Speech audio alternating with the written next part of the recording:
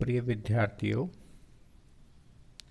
आज हम इस वीडियो में आपके पाठ्यक्रम अनुसार गुप्त वंश के शासक समुद्रगुप्त 350 से 375 ईस्वी की युद्ध तथा विजयों पर चर्चा करेंगे। राजधानी में अपनी स्थिति मजबूत कर लेने के बाद समुद्रगुप्त ने अपना विजय अभियान प्रारंभ किया। समुद्रगुप्त एक महान विजेता था जिसकी दिग्विजय का उद्देश्य प्रयाग प्रशस्ति के शब्दों में इस प्रकार मिलता है। संपूर्ण पृथ्वी को जीतना था। प्रयाग प्रशस्ति उसकी विजयों का पूरा विवरण हमारे सामने प्रस्तुत करती है, जिसे हम निम्नलिखित शीर्षकों के अंतर्गत रख सकते हैं, जैसे आर्यावर्त का प्रथम युद्ध।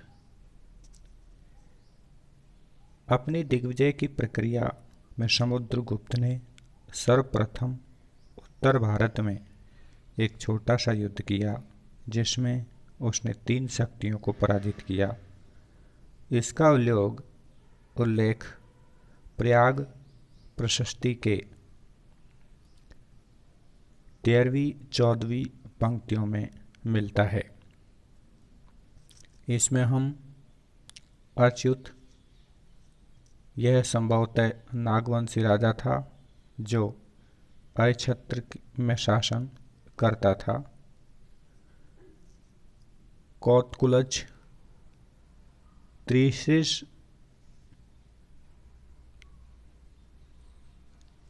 से पहले नागसेन, जैसा कि नाम से ही स्पष्ट है, वह एक नागवंशी राजा था जो पद्मावती अर्थात ग्वालियर जिले में स्थित पद्म पवैया नाम से जिसकी पहचान की जाती है। और तीसरा कौतकुलज, तीसरे शासक का नाम इसमें जो है नहीं मिलता है, बल्कि ये कहा गया है कि वह कौत वंश में उत्पन्न हुआ कोई राजा होगा।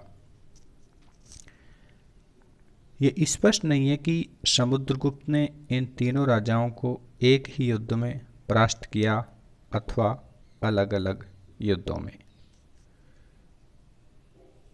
के जायसवाल का विचार है कि इन तीनों राजाओं ने एक सम्मिलित संघ बना लिया था और समुद्रगुप्त ने इस संघ को कौशाम्बी में पराजित किया। दक्षिण पथ का युद्ध। दक्षिण पथ से तात्पर्य उत्तर में विंध्य पर्वत से लेकर दक्षिण में कृष्णा तथा तुंगभद्रा नदियों के बीच के प्रदेश से है। सुदूर दक्षिण के तमिल राज्य जिसकी परिधि से बाहर है। महाभारत विदर्भ तथा कौशल के दक्षिण में स्थित प्रदेशों को दक्षिण पथ की संज्ञा प्रदान की गई है।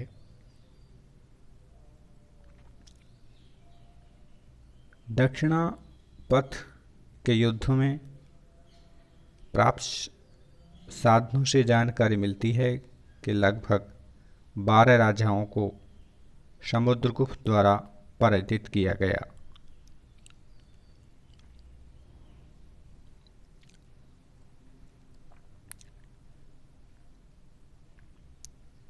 इन राज्यों के नाम हम इस प्रकार ले सकते हैं, जैसे कौशल के राजा महेंद्र, महाकांतार के व्याघ्रराज, कौराल के मट्टराज, पृष्ठपुर के महेंद्रगिरी, कोट्टूर के स्वामी दत्त, एंडपल के दमन, काची के विष्णुगोप, अयुमुक्त के नीलराज, वेंगी के हस्तिवर्मा, पालक के उग्रसेन, देवराष्ट्र के कुबेर और कुस्थलपुर के धनंजय। विद्यार्थियों, उपरोक्त राज्यों में कौशल से तात्पर्य दक्षिण है, जिसके अंतर्गत आधुनिक रायपुर, बिलासपुर तथा संभलपुर अर्थात उड़ीसा के जिले आते हैं। इस प्रकार महाकांतार संभवतः उड़ीसा स्थित वन प्रदेश था, जिसे महावन भी कहा गया है। कोराल के समीकरण के विषय में पर्याप्त मतभेद है। बार्नेट तथा रायचौधरी ने इसकी पहचान दक्षिण भारत के कोरड़ नामक ग्राम से की है। पृष्ठपुर आंध्र के गोदावरी जिले का पिठारपुरम है। कोट्टूर संभवतः उड़ीसा के गंजाम जिले में स्थित कोठू नामक स्थान था। एंडपल की पहचान आंध्र के विशाखापट्टनम जिले में स्थित इसी नाम के स्थान से की जाती है। काची मद्रास स्थित काची वरमघय तथा विष्णुगोप संभवतः पल्लववंशी राजा था। अवमुक्त की पहचान संदिग्ध है। संभवतः ये कांचीवरम के पास ही कोई नगर रहा होगा। वैगी कृष्णा तथा गोदावरी नदियों के बीच स्थित नेल्लोर के उत्तर में वेडवेगी नामक स्थान है तथा हस्तिवर्मा शालकयु वंशीय राजा था। पालकक नेल्लोर अर्थात तमिलनाडु जिले का पालकक नामक स्थान है तथा देवराष्ट्र की पहचान इतिहासकार टूब्रिल ने आधुनिक आंध्र प्रदेश के विजयपट्टनम विशाखापट्टनम जिले में स्थित एलमचीली नामक परगना के साथ की है। कुस्थल की पहचान बार्नेट ने उत्तरी आरकाठ में पौलूर के समीप स्थित कुट्टलपुर से की है।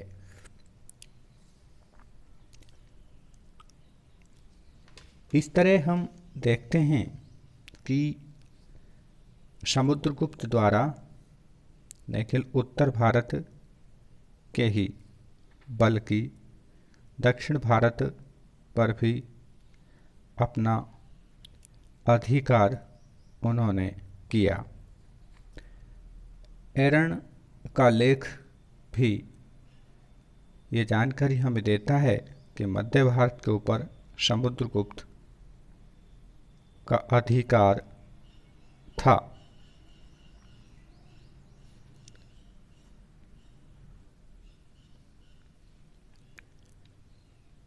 आर्यवर्त का द्वितीय युद्ध।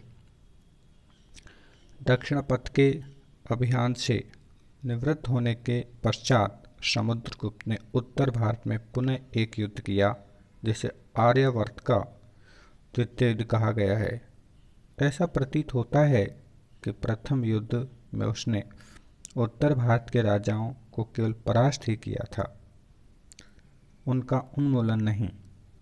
राजधानी में उसकी अनुपस्थिति का लाभ उठाकर उत्तर के शासकों ने पुनः स्वतंत्र होने की चेष्टा की। अतः दक्षिण की विजय से वापस लौटने के बाद समुद्रगुप्त ने उन्हें पूर्णतः उखाड़ फेंका। इस नीति को प्रशस्ति में प्रस्बोधन कहा गया।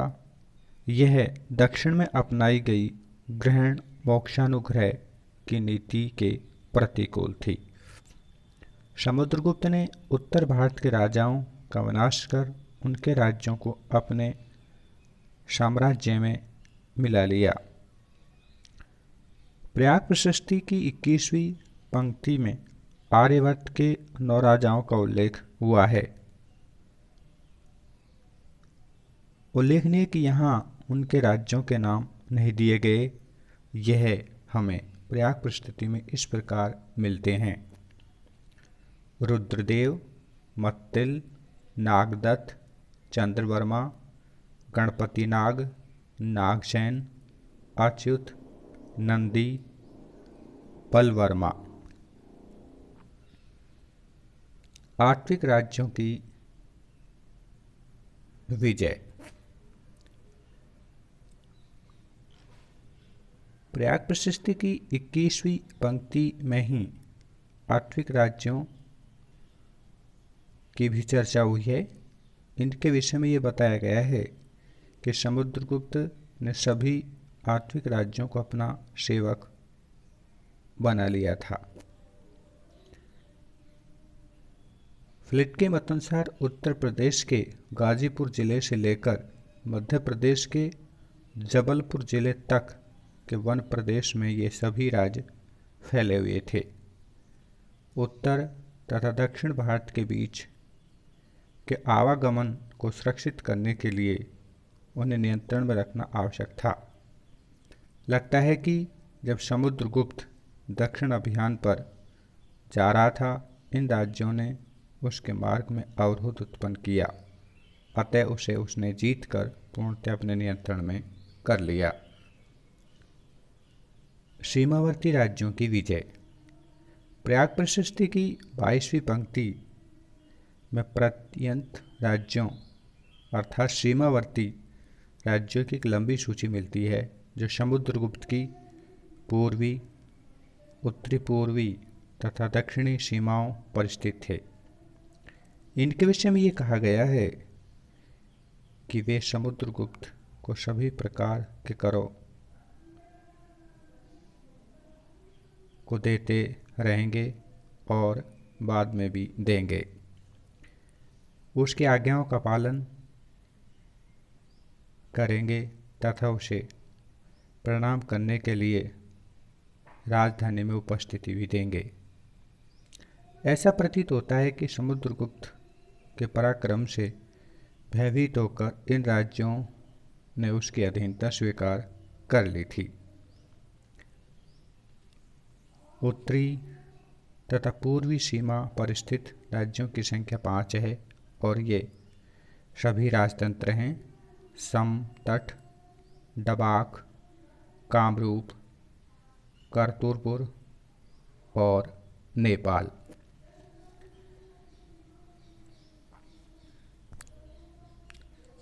इस तरह समुद्रगुप्त का विजय अभियान अपना